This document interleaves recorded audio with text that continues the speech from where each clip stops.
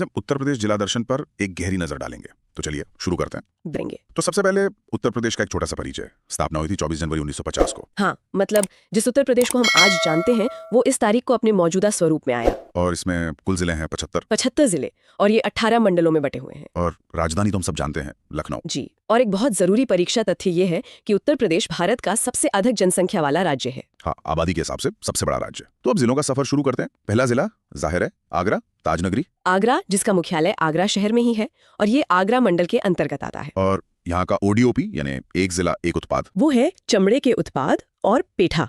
दोनों ही चीजें आगरा की पहचान है। सही बात है। और परीक्षा के लिहाज से कुछ जरूरी बातें भी हैं, जैसे कि ये यमुना नदी के किनारे स्थित है। बिल्कुल, और ये मुगल साम्राज्य की राजधानी भी रही है। ये बहुत महत्वपूर्ण है। और प्रमुख स्थल तो खैर कौन नहीं जानता, ताजमहल, आगरा का किला, फतेहपुर सीकरी। जी, चलिए अब आगरा से आगे बढ़ते हैं जिला नंबर 2 पर, अलीगढ़। ताला नगरी। हाँ, इसका मुख्यालय अलीगढ़ में ही है और ये अलीगढ़ मंडल का हिस्सा है। और जैसा कि नाम से ही जाहिर है, इसका ओडीओपी ताले और हार्डवेयर ही होगा। बिल्कुल, लेकिन अलीगढ़ की एक और बड़ी पहचान है, अलीगढ़ मुस्लिम विश्वविद्यालय, एएमयू। सही कहा, एएमयू के लिए ये बहुत प्रसिद्ध है और इसका एक प्राचीन नाम भी था कोयल या कोल। अच्छा, और ये एक मंडल भी है। हाँ, 2008 में इसे प्रदेश का 18वां मंडल बनाया गया था। ओके, अब आते हैं तीसरे जिले पर, अंबेडकर नगर। अंबेडकर नगर का मुख्यालय अकबरपुर में है। ये याद रखने वाली बात है क्योंकि जिले का नाम और मुख्यालय का नाम अलग है। और ये किस मंडल में आता है? ये अयोध्या मंडल के अंतर्गत आता है। इसका ओडीओपी है वस्त्र उत्पाद यानी टेक्सटाइल प्रोडक्ट्स। जी, और इसके बारे में एक तथ्य ये है कि ये 1995 में फैजाबाद जिले से अलग होकर बना था। अच्छा, तो ये एक नया जिला है। हाँ, अपेक्षाकृत नया।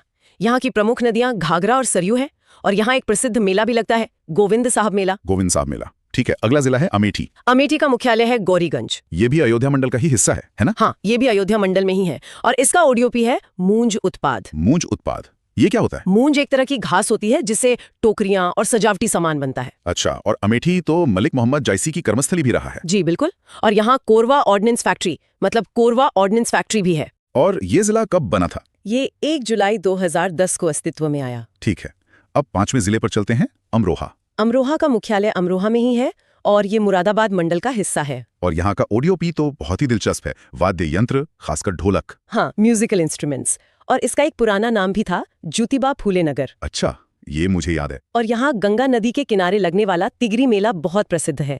वासुदेव तीर्थ स्थल भी यही है। ठीक है, अगला जिला है औरैया। औरैया का मुख्यालय औरैया में है और ये कानपुर मंडल में आता है। औरैया का ओडीओपी है दुग्ध प्रसंस्करण मतलब देसी घी। जी, फूड प्रोसेसिंग में देसी घी।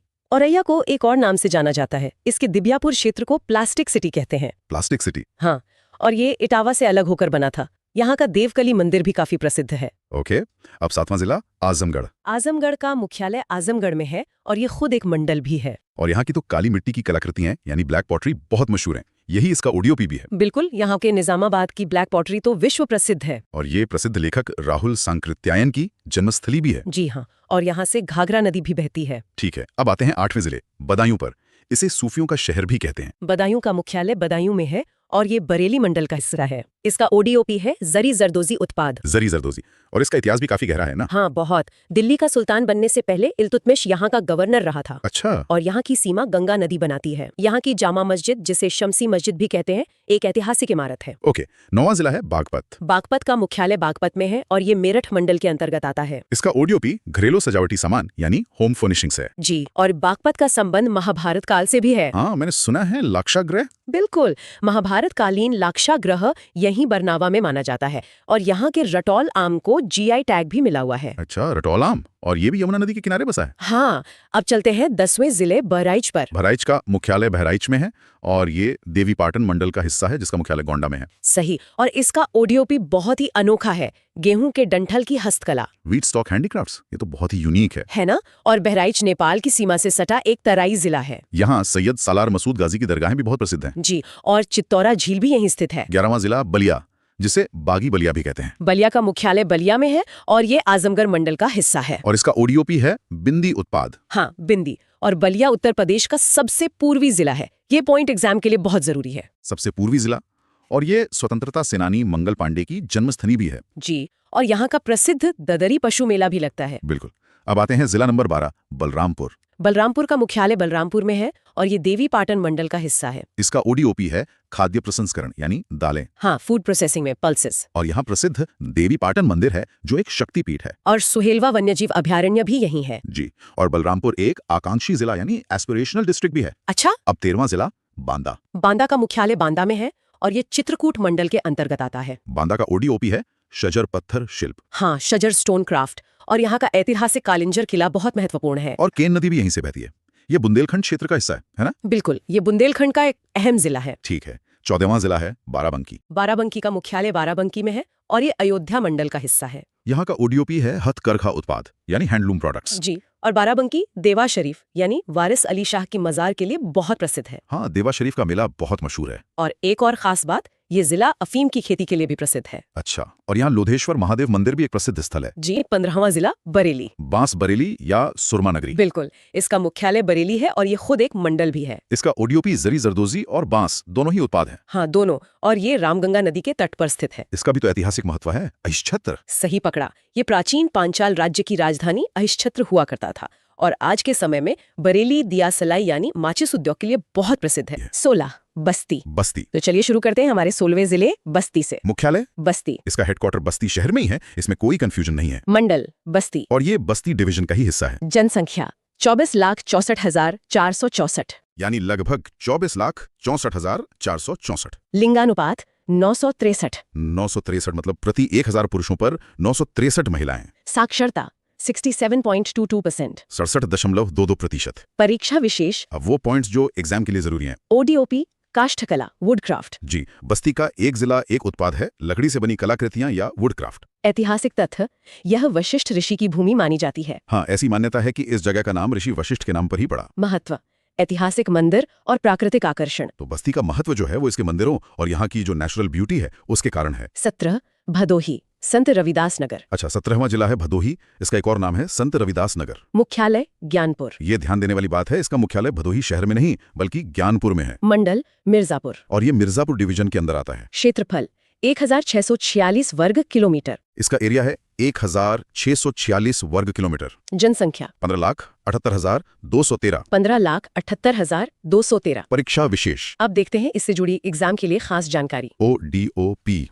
कालीन कारपेट। भदोही का नाम आते ही कालीन का ध्यान आता है, तो ओडीओपी भी कालीन ही है। उपनाम कालीन नगरी कारपेट सिटी। बिल्कुल, इसीलिए इसे कालीन नगरी या कारपेट सिटी भी कहा जाता है। विशेषता, भारत से सर्वाधिक हस्तनिर्मित कालीन निर्यात यहीं से होता है। ये बहुत महत्वपूर्ण पॉइंट है। इंडिया से हाथ से बने कालीनों का जो सबसे ज्यादा एक्सपोर्ट है वो भदोही से ही होता है। 18 बिजनौर।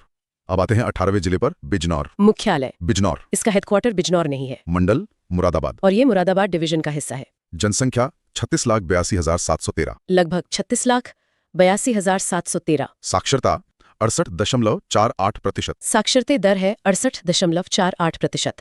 परीक्षा विशेष। चलिए अब परीक्षा की दृष्टि से कुछ जरूरी बातें देखते हैं। ओडीओपी काष्ठ शिल्प वुडक्राफ्ट। इसका ओडीओपी भी वुडक्राफ्ट है, लकड़ी का शिल्प। भूगोल, गंगा नदी उत्तर प्रदेश में यहीं से प्रवेश करती है। ये एक बहुत बड़ा ज्योग्राफिकल फैक्ट है। गंगा नदी यूपी में बिजनौर जिले से ही एंटर करती है। पर्यटन, प्राकृतिक सुंदरता और कृषि के लिए प्रसिद्ध। जी, ये जिला अपनी नेचुरल ब्यूटी और खेतीबाड़ी के लिए जाना जाता है। 19th बदायूं। बदायूं। अगला जिला है 19वां बदायूं। मुख्यालय बदायूं। हेडक्वार्टर बदायूं शहर ही है। मंडल बरेली। और ये बरेली डिवीजन के तहत आता है। जनसंख्या 36,81,896। 36,81,896। लिंगानुपात 871। यहाँ का लिंगानुपात 871 है। परीक्षा विशेष। अब एग्जाम के लिए कुछ खास जानकारी। ओडीओपी जरी जरदोजी उत्पाद। यहाँ का जो एक जिला एक उत्पाद है वो जरी जरदोजी का काम है। इतिहास, इल्तुतमिश के शासनकाल में दिल्ली सल्तनत का एक प्रमुख केंद्र। हाँ, ऐतिहासिक रूप से ये बहुत महत्वपूर्ण जगह रही है। इल्तुतमिश के समय में ये दिल्ली सल्तनत का एक बड़ा सेंटर था। सांस्कृतिक, निजामुद्दीन औलिया का जन्मस्थान। ये भी एक बहुत बड़ा तथ्य है। प्रसिद्ध सूफी संत निजामुद्दीन औलिया की पैदाइश यहीं हुई थी। 20 बुलंदशहर। ठीक है, अब 20वें जिले पर आते हैं, बुलंदशहर। मुख्यालय बुलंदशहर। इसका मुख्यालय बुलंदशहर में ही है। मंडल मेरठ। और ये मेरठ डिवीजन का हिस्सा है। जनसंख्या 34,99,171। लगभग 34,99,171। साक्षरता 68.88%। साक्षरता दर है 68.88%। परीक्षा विशेष। अब कुछ खास तथ्य जो परीक्षा में पूछे जा सकते हैं। ओडीओपी सिरामिक उत्पाद खुर्जा पॉटरी। यहाँ का ओडीओपी सिरेमिक के बर्तन हैं जो खुर्जा पॉटरी के नाम से दुनिया भर में मशहूर हैं। महत्वपूर्ण तथ्य, नरोरा परमाणु ऊर्जा संयंत्र, नरोरा एटॉमिक पावर स्टेशन यहीं स्थित है। जी, ये बहुत ही महत्वपूर्ण है। उत्तर प्रदेश का एकमात्र atomic power station Narora Bulandshahr में ही है। स्थान, गंगा और यमुना के दोआब क्षेत्र में स्थित। मतलब ये गंगा और यमुना नदियों के बीच का जो उपजाऊ इलाका है दोआब, वहां बसा हुआ है। 21वां, चंदौली। 21वां जिला है चंदौली। मुख्यालय, चंदौली। इसका हेडक्वार्टर चंदौली में है मंडल, वाराणसी। और ये वाराणसी मंडल का हिस्सा है। जनसंख्या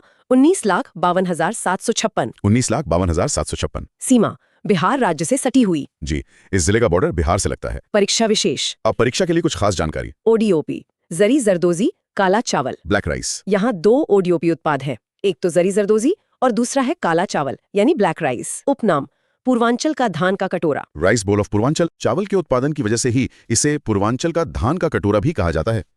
पर्यटन, चंद्रप्रभा वन्यजीव अभयारण्य। टूरिज्म के लिहाज से यहाँ चंद्रप्रभा वाइल्ड लाइफ सेंचुरी है जो काफी प्रसिद्ध है। 22वां, चित्रकूट। अब 22वां जिला चित्रकूट, एक बहुत ही पवित्र स्थान। मुख्यालय, चित्रकूट धाम, करवी। हाँ, इसका मुख्यालय चित्रकूट धाम है जिसे करवी के नाम से भी जाना जाता है। मंडल, चित्रकूट। और ये चित्रकूट मंडल में ही आता है। जनसंख्या 9,91,730। 9,91,730। साक्षरता 65.05%। 65.05%। परीक्षा विशेष। चलिए अब इसके बारे में परीक्षा से जुड़े महत्वपूर्ण बिंदु देखते हैं। ओडीओपी, लकड़ी के खिलौने। यहाँ का एक जिला एक उत्पाद है, लकड़ी के खिलौने। धार्मिक महत्व, भगवान राम के वनवास से जुड़ा स्थल। इसका धार्मिक महत्व तो हम सब जानते ही हैं। भगवान राम ने अपने वनवास का काफी समय यहीं बिताया था। शिक्षा, जगत गुरु रामभद्राचार्य विकलांग विश्वविद्यालय। जी, और शिक्षा के क्षेत्र में भी ये महत्वपूर्ण है। यहाँ पर जगत गुरु रामभद्राचार्य विकलांग विश्वविद्यालय स्थित है। 23, देवरिया। अब आते हैं 23वें जिले देवरिया पर। मुख्यालय, देवरिया। इसका हेडक्वार्टर देवरिया में ही है। मंडल, गोरखपुर। और ये गोरखपुर डिवीजन का हिस्सा है। जनसंख्या 31,946। 31,946। लिंगानुपात 1017, राज्य में उच्च। ये आंकड़ा बहुत खास है। यहाँ का लिंगानुपात 1017 है जो कि पूरे राज्य में सबसे अच्छे लिंगानुपातों में से एक है। परीक्षा विशेष। अब परीक्षा से जुड़े कुछ और खास तथ्य। ओडीओपी, सजावटी उत्पाद, प्लास्टिक उत्पाद। यहाँ के ओडीओपी प्रोडक्ट्स है डेकोरेटिव आइटम्स और प्लास्टिक के उत्पाद। इतिहास, चीनी मिलों के लिए ऐतिहासिक रूप से प्रसिद्ध। हाँ, एक जमाने में देवरिया अपनी चीनी मिलों के लिए बहुत जाना जाता था। भूगोल, बिहार सीमा पर स्थित। एटा शहर में है। मंडल, अलीगढ़। और ये अलीगढ़ डिवीजन में आता है। जनसंख्या 17,74,480। 17,74,480। साक्षरता 70.81%। 70.81%। परीक्षा विशेष। अब इससे जुड़ी खास जानकारी देखते हैं। ओडीओपी, घुंघरू और घंटी, जलेसर। यहाँ का ओडीओपी उत्पाद बहुत दिलचस्प है। घुंघरू और घंटी ये खासतौर पर जलेसर में बनते हैं। सांस्कृतिक, अमीर खुसरो का जन्मस्थान पटियाली। ये एक बहुत बड़ा ऐतिहासिक और सांस्कृतिक तथ्य है। अमीर खुसरो की जन्मस्थली पटियाली इसी जिले में है। उद्योग, पीतल के काम के लिए प्रसिद्ध। जी, ये जिला पीतल के काम के लिए भी जाना जाता है। 25, इटावा। अब 25वें जिले इटावा की बात करते हैं। मुख्यालय, इटावा। इसका मुख्यालय इटावा ही है। मंडल, कानपुर। 81,810। 15,81,810। साक्षरता 78.41%। 78.41%। साक्षरता दर काफी अच्छी है। परीक्षा विशेष। जी, अब परीक्षा से संबंधित जानकारी। ओडीओपी, वस्त्र उत्पाद। यहाँ का ओडीओपी टेक्सटाइल प्रोडक्ट्स हैं यानी कपड़े। पर्यटन, लायन सफारी पार्क। हाँ, टूरिज्म के लिए यहाँ का लायन सफारी पार्क एक बड़ा आकर्षण है। भूगोल, यमुना और चंबल नदियों का क्षेत्र। ये जिला यमुना और चंबल नदियों के बीहड़ वाले इलाके में पड़ता है। 26, फर्रुखाबाद। फर्रुखाबाद। मुख्यालय, फतेहगढ़। यहाँ भी ध्यान देना है, मुख्यालय फर्रुखाबाद में नहीं बल्कि फतेहगढ़ में है। मंडल, कानपुर। ये भी कानपुर डिवीजन का ही एक हिस्सा है। जनसंख्या 18,85,204। 18,85,204। साक्षरता 69.04%। 69.04%। परीक्षा विशेष। अब एग्जाम के लिए जरूरी पॉइंट्स। ओडीओपी, वस्त्र छपाई, ब्लॉक प्रिंटिंग। यहाँ का ओडीओपी कपड़ों पर होने वाली छपाई जिसे ब्लॉक प्रिंटिंग कहते हैं वो है। कृषि, आलू उत्पादन के लिए प्रसिद्ध है। जी, खेती की बात करें तो ये जिला आलू के उत्पादन के लिए बहुत मशहूर है। इतिहास, गंगा नदी के तट पर स्थित। और ऐतिहासिक रूप से ये जिला गंगा नदी के किनारे बसा हुआ है। 27, फतेहपुर। 27वां जिला है फतेहपुर। मुख्यालय, फतेहपुर। इसका मुख्यालय फतेहपुर में है। मंडल, प्रयागराज। और ये प्रयागराज डिवीजन में आता है। जनसंख्या 26,32,733। 26,32,733। भूगोल, गंगा और यमुना के बीच स्थित दोआब। ये जिला भी गंगा और यमुना के बीच के दोआब क्षेत्र में ही पड़ता है। परीक्षा विशेष। अब परीक्षा के नजरिए से महत्वपूर्ण तथ्य। ओडीओपी, लौह निर्माण कार्य, बेडशीट। यहाँ के ओडीओपी उत्पाद हैं लोहे से बने सामान और बेडशीट। इतिहास, बावनी इमली स्वतंत्रता संग्राम का स्मारक। जी, यहाँ पर बावनी इमली नाम की एक जगह है जो स्वतंत्रता संग्राम से जुड़ा एक ऐतिहासिक स्मारक है। महत्व, महर्षि पराशर की तपोभूमि, और इसका महत्व इसलिए भी है क्योंकि इसे महर्षि पराशर की तपोभूमि माना जाता है। 28 फिरोजाबाद। 28वां जिला फिरोजाबाद, मुख्यालय फिरोजाबाद। इसका हेडक्वार्टर फिरोजाबाद में ही है मंडल आगरा। और ये आगरा मंडल के अंतर्गत आता है। जनसंख्या 24,98,156। 24,98,156। साक्षरता 71.92%। 71.92%। परीक्षा विशेष। अब परीक्षा के लिए विशेष जानकारी। ओडीओपी कांच के उत्पाद। इसमें तो कोई शक ही नहीं, फिरोजाबाद का ओडीओपी कांच का सामान है। उपनाम सुहाग नगरी, चूड़ी नगरी। बिल्कुल, इसीलिए इसे सुहाग नगरी या चूड़ी नगरी के नाम से भी जाना जाता है। उद्योग भारत का सबसे बड़ा कांच उद्योग केंद्र। ये भारत में कांच के उद्योग का सबसे बड़ा सेंटर है। 29 गौतम बुद्ध नगर। अब आते हैं 29वें जिले पर, गौतम बुद्ध नगर। मुख्यालय नोएडा। इसका हेडक्वार्टर नोएडा में है, ये बहुत महत्वपूर्ण है। मंडल मेरठ। और ये मेरठ डिवीजन का हिस्सा है। जनसंख्या 16,48,115। 16,48,115। साक्षरता 80.12% सर्वाधिक। ये आंकड़ा बहुत खास है, 80.12%, जो इन सभी जिलों में सबसे ज्यादा है। परीक्षा विशेष। अब परीक्षा की दृष्टि से कुछ और महत्वपूर्ण तथ्य। ओडीओपी सिले सिलाए वस्त्र। यहाँ का ओडीओपी उत्पाद है रेडीमेड गारमेंट्स, यानी सिले सिलाए वस्त्र। महत्व प्रमुख आईटी और औद्योगिक हब नोएडा, ग्रेटर नोएडा। जी, नोएडा और ग्रेटर नोएडा आज के समय में देश के सबसे बड़े आईटी और इंडस्ट्रियल हब्स में से एक हैं। खेल Buddha international circuit F1 track. हाँ, और खेलों में भी इसका नाम है। फॉर्मूला 1 रेस के लिए बुद्धा इंटरनेशनल सर्किट यहीं पर है। 30 गाजियाबाद। गाजियाबाद, और इस भाग का हमारा आखिरी और 30वां जिला है गाजियाबाद। मुख्यालय गाजियाबाद। इसका मुख्यालय गाजियाबाद में है। मंडल मेरठ। ये भी मेरठ मंडल में ही आता है। जनसंख्या 46,81,645। 46,81,645, काफी ज्यादा जनसंख्या है। जनघनत्व 2836, राज्य में सर्वाधिक। बिल्कुल, और इसीलिए यहाँ की पॉपुलेशन डेंसिटी यानी जनघनत्व 2836 है, जो पूरे राज्य में सबसे ज्यादा है। परीक्षा विशेष। अब परीक्षा के लिए खास जानकारी। ओडीओपी अभियांत्रिकी उत्पाद इंजीनियरिंग गुड्स। यहाँ का ओडीओपी है इंजीनियरिंग का सामान। उपनाम उत्तर प्रदेश का प्रवेश द्वार, गेटवे ऑफ यूपी। जी, दिल्ली से सटा होने की वजह से गाजियाबाद को उत्तर प्रदेश का प्रवेश द्वार भी कहा जाता है। उद्योग प्रमुख औद्योगिक और शिक्षा केंद्र। और जाहिर है ये एक बहुत बड़ा इंडस्ट्रियल और एजुकेशनल सेंटर है। जिला संख्या 31 गाजीपुर। जी, गाजीपुर। गाजीपुर और वाराणसी मतलब काशी भौगोलिक और सांस्कृतिक रूप से बहुत गहरे जुड़े हुए हैं। अच्छा। दोनों ही गंगा के किनारे बसे हैं और दोनों की विरासत में बहुत सी समानताएं हैं। तो इसी करीबी रिश्ते की वजह से गाजीपुर को प्यार से काशी की बहन कहा जाता है। कहीं कहीं इसे काशी की छोटी बहन भी कहा गया है। जी, यंग सिस्टर ऑफ काशी। ये परीक्षा के लिहाज से भी एक महत्वपूर्ण तथ्य है। और गाजीपुर का मुख्यालय गाजीपुर शहर में ही है। हाँ, इसमें कोई कंफ्यूजन नहीं है। अब बात करते हैं ओडीओपी की, यानी एक जिला एक उत्पाद। गाजीपुर की क्या पहचान है? यहाँ की पहचान है jute wall hanging. Jute wall hanging. जी, जूट से बनी दीवार पर टांगने वाली खूबसूरत सजावटी चीजें। ये यहाँ की कारीगरी का एक बेहतरीन नमूना है। अच्छा। और ऐतिहासिक रूप से स्रोतों में एक ब्रिटिश गवर्नर जनरल का जिक्र है। हाँ, और ये बहुत महत्वपूर्ण है।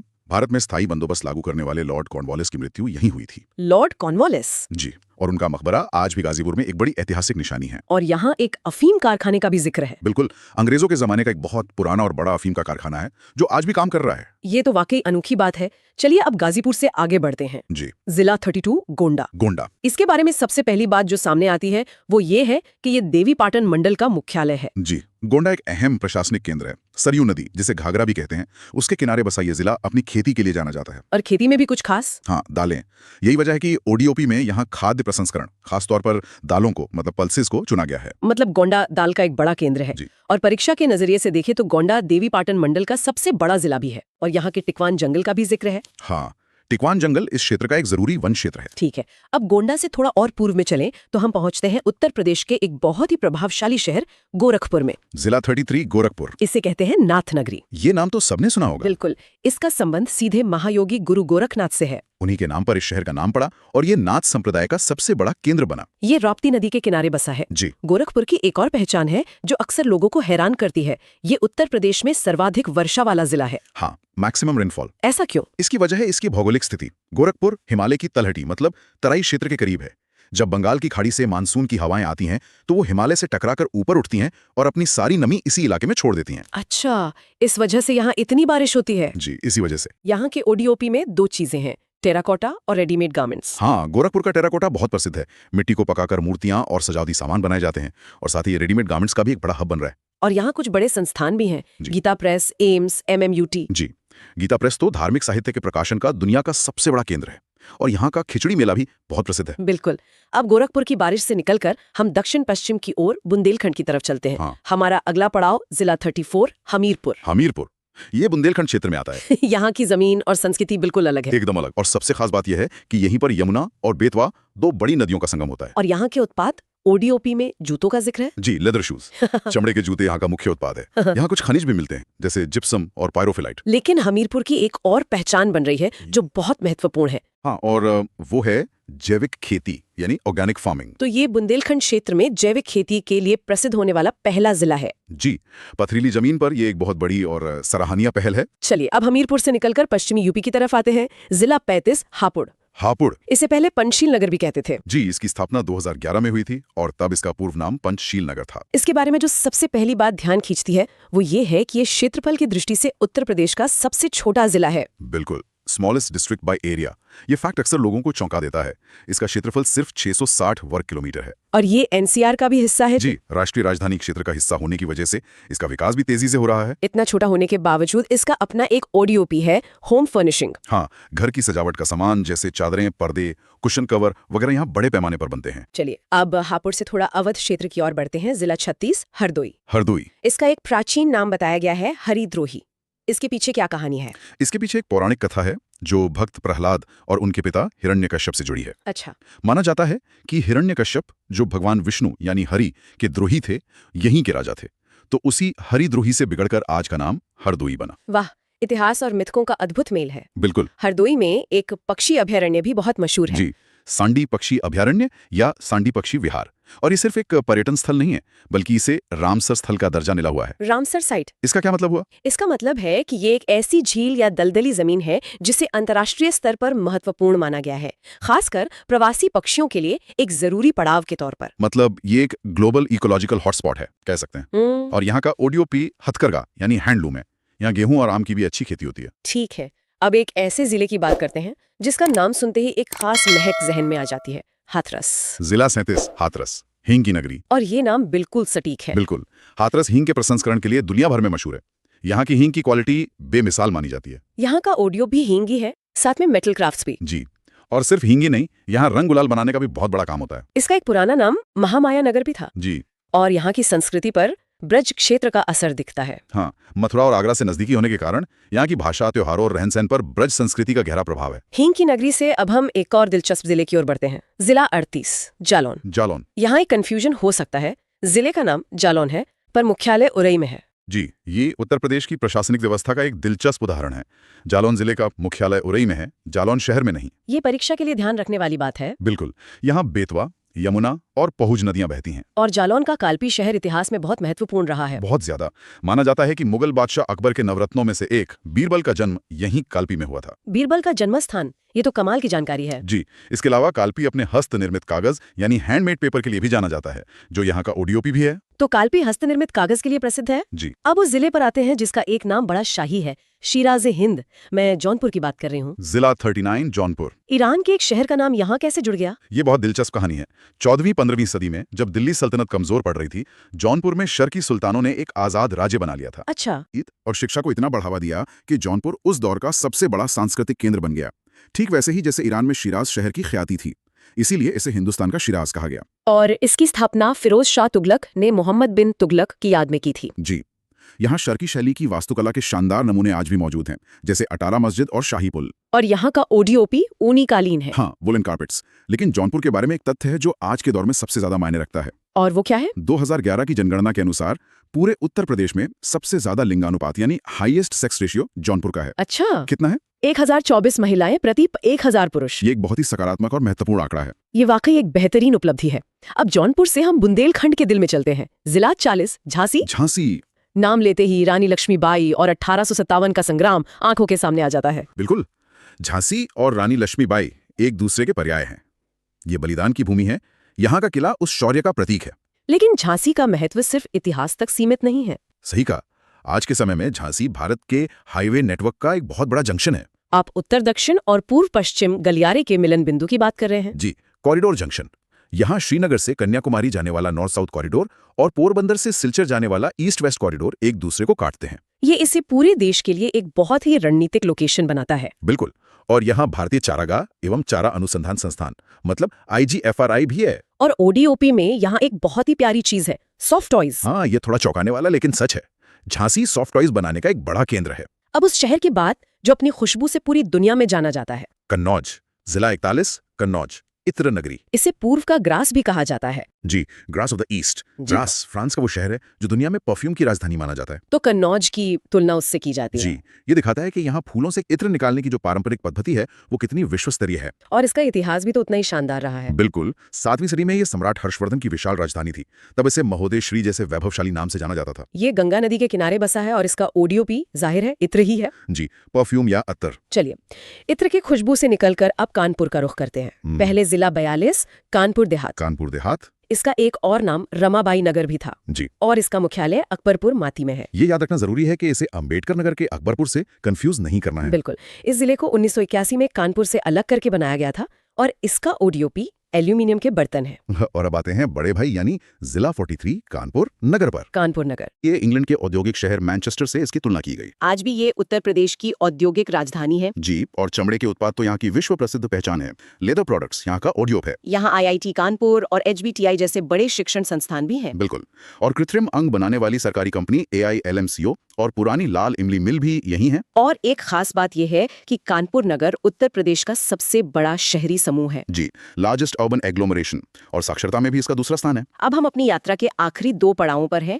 जिला 44, कासगंज। कासगंज। इसका भी एक पुराना नाम था कांचीराम नगर। जी, कुछ समय के लिए इसका नाम कांचीराम नगर था, जिसे बाद में फिर से कासगंज कर दिया गया। यहाँ का ओडीओपी जरी जरदोजी है। हाँ, ये कपड़ों पर की जाने वाली एक खास तरह की कढ़ाई होती है। लेकिन कासगंज का सबसे बड़ा ऐतिहासिक महत्व अमीर खुसरो से जुड़ा है। यकीनन, तूतीय हिंद यानी पैरेट ऑफ इंडिया कहे जाने वाले महान कवि और संगीतकार अमीर खुसरो का जन्म इसी जिले के पटियाली कस्बे में हुआ था। ये तो बहुत बड़े गौरव की बात है। बिल्कुल, इसके अलावा यहाँ सोरों शुकर क्षेत्र भी है जो एक बड़ा तीर्थ स्थल है। और अब हमारी आज की यात्रा का अंतिम स्टेशन जिला 45, कौशाम्बी।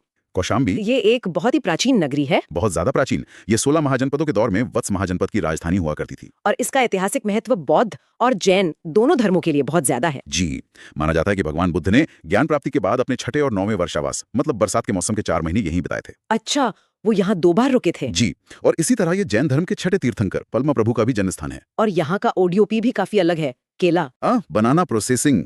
कौशाम्बी में केले की अच्छी खेती होती है और इसीलिए केले से जुड़े खाद्य प्रसंस्करण उद्योग को यहाँ के ओडीओपी के तौर पर बढ़ावा दिया जा रहा है। Kushinagar, the land of nirvana. निर्वाण की भूमि, ये जिला संख्या 46 है और इसे ये नाम इसलिए मिला क्योंकि भगवान बुद्ध का महापरिनिर्वाण स्थल है ये। बिल्कुल, यहीं उन्होंने अपना अंतिम समय बिताया था। अच्छा, इसका मुख्यालय पडरौना में है। और ओडीओपी है केले के रेशे के उत्पाद मतलब बनाना फाइबर प्रोडक्ट्स। जी, ये बड़ा ही अनोखा ओडीओपी है। केले के रेशे से यहाँ तरह तरह के उत्पाद बनाए जाते हैं। और जाहिर है ये भगवान बुद्ध का महापरिनिर्वाण स्थल है तो एक प्रमुख बौद्ध तीर्थ स्थल तो होगा ही। हाँ, और इसी वजह से यहाँ कुशीनगर अंतर्राष्ट्रीय हवाई अड्डा भी बनाया गया है ताकि दुनिया भर से बौद्ध अनुयायी आसानी से आ सकें। जी, ये पूरे बौद्ध सर्किट का एक बहुत महत्वपूर्ण केंद्र है। चलिए अब आगे बढ़ते हैं। 47 Lakhimpur Kheri, area wise largest district. हाँ, तो अगला जिला 47 लखीमपुर खीरी है और जैसा कि नाम से ही पता चल रहा है, ये क्षेत्रफल के हिसाब से उत्तर प्रदेश का सबसे बड़ा जिला है। सबसे बड़ा, और इसका मुख्यालय लखीमपुर में। जी, लखीमपुर। यहाँ का ओडीओपी है जनजातीय शिल्प और साथ में गुड़ भी। अच्छा, ट्राइबल क्राफ्ट और जैगरी। बिल्कुल। अब परीक्षा के लिहाज से एक जरूरी तथ्य कि ये सबसे बड़ा जिला है। हाँ, क्षेत्रफल की दृष्टि से ये प्रदेश में पहले नंबर पर है, लगभग 7,680 वर्ग किलोमीटर। और यहाँ दुधवा नेशनल पार्क भी है जो बाघ और गेंडों के लिए बहुत प्रसिद्ध है। जी, और भौगोलिक रूप से देखें तो ये तराई क्षेत्र में आता है और इसकी सीमा नेपाल से सटी हुई है। ठीक है, तो अब चलते हैं जिला संख्या 48 पर, Lalitpur, the city of dams. Lalitpur, जिसे बांधों का शहर भी कहते हैं। इसका मुख्यालय ललितपुर में ही है और ओडीओपी है जरी सिल्क साड़ी। जरी सिल्क साड़ी। जी, अब एग्जाम फैक्ट्स की बात करें तो खनिज संपदा के मामले में ये जिला बहुत खास है। हाँ, मैंने भी पढ़ा है।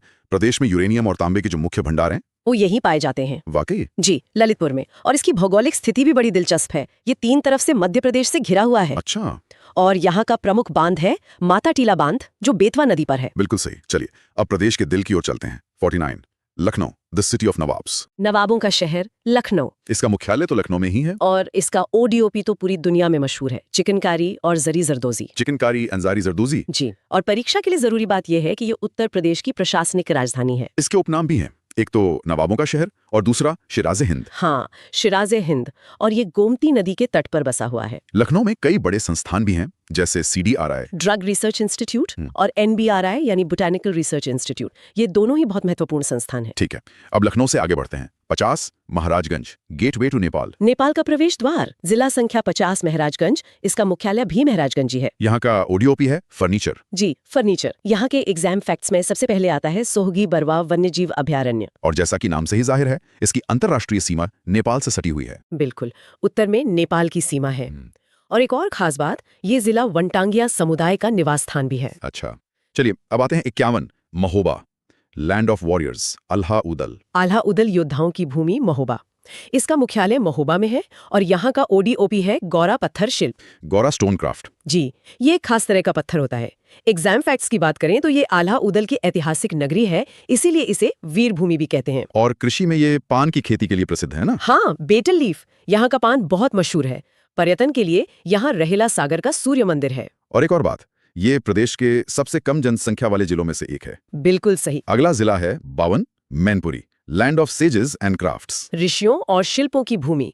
इसका मुख्यालय मैनपुरी में है और यहाँ का ओडीओपी है तारकशी कला। तारकशी आर्ट, ये क्या होता है? इसमें लकड़ी में पीतल के तार से जड़ाई का काम होता है। बहुत बारीक कला है ये। ऐतिहासिक गढ़ों और ऋषियों की भूमि माना जाता है। उद्योग में यहाँ सूती जिनिंग और तेल मिलें प्रमुख हैं। जी, कॉटन जिनिंग और तेल मिलें। अब चलते हैं एक बहुत ही खास जगह, 53 मथुरा, कृष्णा जन्मभूमि। कृष्ण जन्मभूमि मथुरा, इसका मुख्यालय मथुरा में है। यहाँ का ओडीओपी बड़ा मजेदार है, सैनिटरी फिटिंग और पेड़ा। हाँ, सैनिटरी फिटिंग्स और साथ में मथुरा के पेड़े, दोनों ही यहाँ के ओडीओपी हैं। एग्जाम फैक्ट्स में तो जाहिर है ये भगवान कृष्ण की जन्मभूमि है, वृंदावन, गोवर्धन सब यही है। बिल्कुल। और अर्थव्यवस्था के लिहाज से मथुरा तेल रिफाइनरी बहुत महत्वपूर्ण है। और संस्कृति की बात करें तो ये पूरा ब्रज क्षेत्र है। बरसाना की लठमार होली तो विश्व प्रसिद्ध है। जी, और यहाँ एक मयूर संरक्षण केंद्र यानी पीकॉक कंजर्वेशन सेंटर भी है। बहुत बढ़िया। अब चलते हैं 54 मऊ, द टेक्सटाइल हब। वस्त्र उद्योग का केंद्र मऊ, इसका मुख्यालय मऊनाथ भंजन में है। और जैसा कि नाम से ही जाहिर है, इसका ओडीओपी है वस्त्र उत्पाद यानी पावरलूम टेक्सटाइल्स। जी, परीक्षा के लिए ये जानना जरूरी है कि ये हथकरघा और साड़ी उत्पादन का एक बहुत बड़ा केंद्र है। और ये घाघरा और तमसा नदियों के क्षेत्र में आता है। हाँ, तमसा को टोन्स नदी भी कहते हैं। इस जगह का एक प्राचीन सांस्कृतिक और व्यापारिक महत्व रहा है। अब आते हैं 55 Meerut, sports city and revolution 1857। Meerut sports city और 1857 की क्रांति का केंद्र। इसका मुख्यालय मेरठ में है। और ओडीओपी तो जाहिर है खेल का सामान ही होगा। बिल्कुल, स्पोर्ट्स गुड्स। और इतिहास में इसका सबसे बड़ा महत्व ये है कि 1857 की क्रांति की शुरुआत यहीं से हुई थी। Revolution started here. और इसका उपनाम है भारत की खेल नगरी। जी। और ये कैंची उद्योग के लिए भी बहुत प्रसिद्ध है। और हस्तिनापुर, महाभारत कालीन ऐतिहासिक स्थल, वो भी यही है। हाँ, वो भी मेरठ में ही आता है। चलिए अब 56 Mirzapur, carpet city and Vindhyachal. कालीन शहर और विंध्याचल धाम। मिर्जापुर का मुख्यालय मिर्जापुर में ही है। ओडीओपी में कालीन और पीतल उद्योग दोनों हैं। जी, कारपेट्स और ब्रास इंडस्ट्री। धार्मिक स्थल की बात करें तो यहाँ विंध्याचल धाम है, जो एक शक्तिपीठ है। और भूगोल के लिहाज से यहाँ विंध्या पर्वतमाला और लाल पत्थर पाए जाते हैं। Red sandstone. जी, और एक बहुत ही महत्वपूर्ण तथ्य ये है कि भारतीय मानक समय रेखा यानी IST, इंडियन स्टैंडर्ड टाइम की रेखा मिर्जापुर से होकर जाती है। जी। अगला है 57 मुरादाबाद, ब्रास सिटी, पीतल नगरी। जी, मुरादाबाद यानी पीतल नगरी। इसका मुख्यालय मुरादाबाद में है। ओडीओपी तो जाहिर है धातु शिल्प होगा, मेटल क्राफ्ट्स। बिल्कुल। यहाँ सोर्स में एक एंट्री है धाबोए जमाल कत्थी। ये शायद कोई टाइपिंग एरर है, इसका कोई स्पष्ट संदर्भ नहीं मिलता। ठीक है, तो हम मुख्य बात पर ध्यान देते हैं। इसका उपनाम पीतल नगरी है। जी, ब्रास सिटी। और ये हस्तशिल्प निर्यात का एक बहुत बड़ा केंद्र है। A major export hub. और ये शहर रामगंगा नदी के तट पर स्थित है। बिल्कुल। अब चलते हैं 58 मुजफ्फरनगर, द शुगर बोल। चीनी का कटोरा, मुजफ्फरनगर। इसका मुख्यालय भी मुजफ्फरनगर है। और यहाँ का ओडीओपी है गुड़, जैगरी। जी। इसे चीनी का कटोरा इसलिए कहते हैं क्योंकि यहाँ गन्ने का उत्पादन सबसे ज्यादा होता है। पर्यटन के लिए यहाँ शुक्रताल है, जो एक प्राचीन धार्मिक स्थल है। हाँ, और पर्यावरण की दृष्टि से यहाँ हैदरपुर वेटलैंड है, जिसे हाल ही में रामसर साइट का दर्जा मिला है। बहुत खूब। अब आते हैं 59 Pilibhit, land of flutes and tigers. बांसुरी और बाघों की भूमि पीलीभीत। इसका मुख्यालय पीलीभीत में है। और ओडीओपी है बांसुरी। फ्लूट। जी, वन्य जीव के लिहाज से यहाँ पीलीभीत टाइगर रिजर्व है। और एक बहुत जरूरी बात, गोमती नदी का उद्गम यहीं से होता है। बिल्कुल, फुलहर झील से। और यहाँ सिख आबादी की बहुलता के कारण इसे मिनी पंजाब भी कहा जाता है। और अब आज का आखिरी जिला 60 प्रतापगढ़, आंवला राजधानी। आंवला राजधानी प्रतापगढ़, इसका मुख्यालय है बेला प्रतापगढ़। और ओडीओपी जाहिर है आंवला उत्पाद ही होंगे। आंवला प्रोडक्ट्स। जी। इसे आंवला नगरी भी कहते हैं क्योंकि यहाँ देश में सबसे ज्यादा आंवले का उत्पादन होता है। ये जिला सई नदी के तट पर स्थित है। जी, और पर्यटन के लिए यहाँ भक्ति मंदिर, जो मनगढ़ में है, और किसान देवता मंदिर प्रसिद्ध है प्रतापगढ़ से।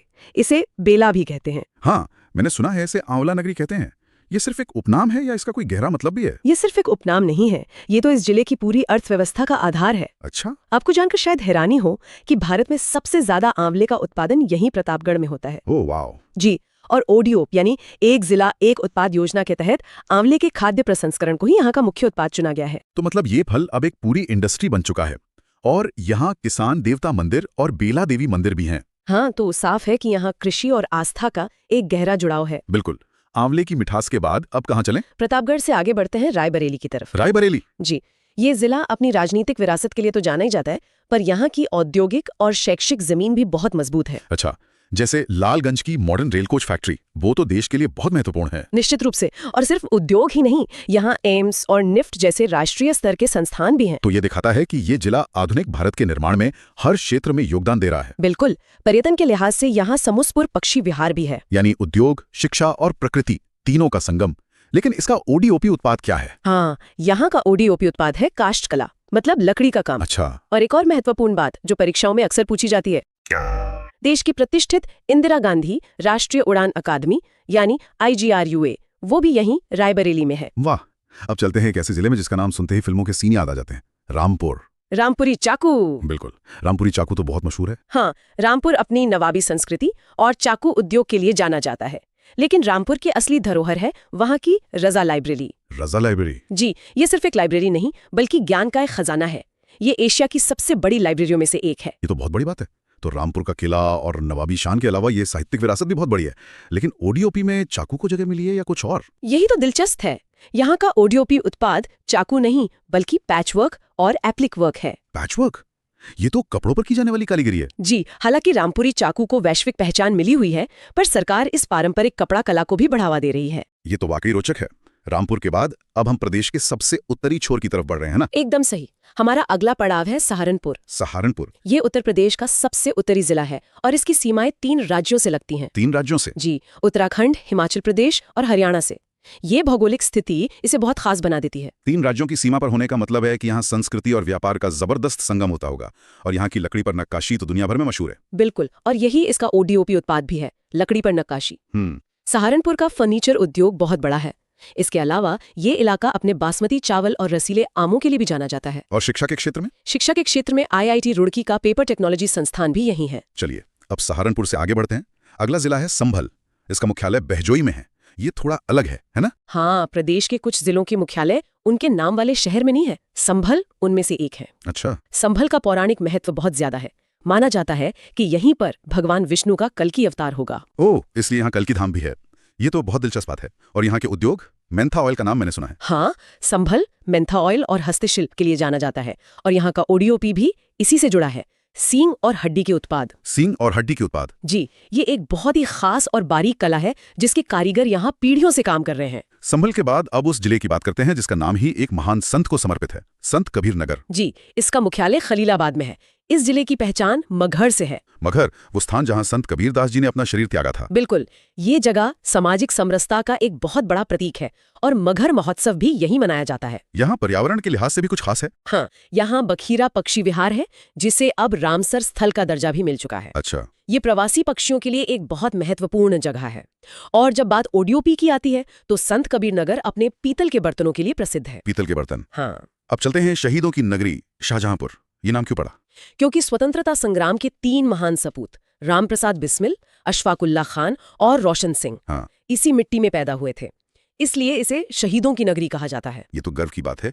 और आर्थिक रूप से ये जिला कैसा है? शाहजहांपुर कृषि प्रधान जिला है। यहाँ कई चीनी मिलें हैं और यह गन्ना उत्पादन में प्रदेश के अग्रणी जिलों में से एक है। और ओडीओपी? यहाँ का ओडियो उत्पाद है जरी जरदोजी, जो एक तरह की महीन कढ़ाई है। अब हम प्रदेश के पश्चिमी हिस्से में पहुंच गए हैं।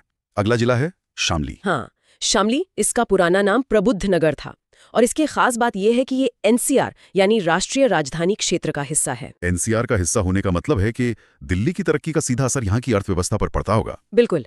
ऐतिहासिक रूप से ये क्षेत्र महाभारत काल से जुड़ा माना जाता है। आज के समय में ये गन्ना और गुड़ उत्पादन का एक बड़ा केंद्र है। तो ओडीओपी भी इसी से जुड़ा होगा? हाँ, यहाँ का ओडीओपी है लौह कला, जिसमें खासतौर पर रिम और धुरा बनाए जाते हैं। रिम और धुरा यानी कृषि से जुड़ा उद्योग, ये बहुत व्यवहारिक सोच है। चलिए अब उस जिले की ओर चलते हैं जिसका इतिहास बौद्ध धर्म से बहुत गहराई से जुड़ा है, श्रावस्ती। श्रावस्ती, जिसका मुख्यालय भिंगा में है, प्राचीन भारत के कोसल महाजनपद की राजधानी हुआ करती थी। और इसका सबसे बड़ा महत्व ये है कि भगवान बुद्ध ने अपने जीवन के सबसे ज्यादा उपदेश यहीं दिए थे। जी, यहीं जेतवन विहार में। महित सहित पुरातात्विक स्थल आज भी उस दौर की गवाही देते हैं।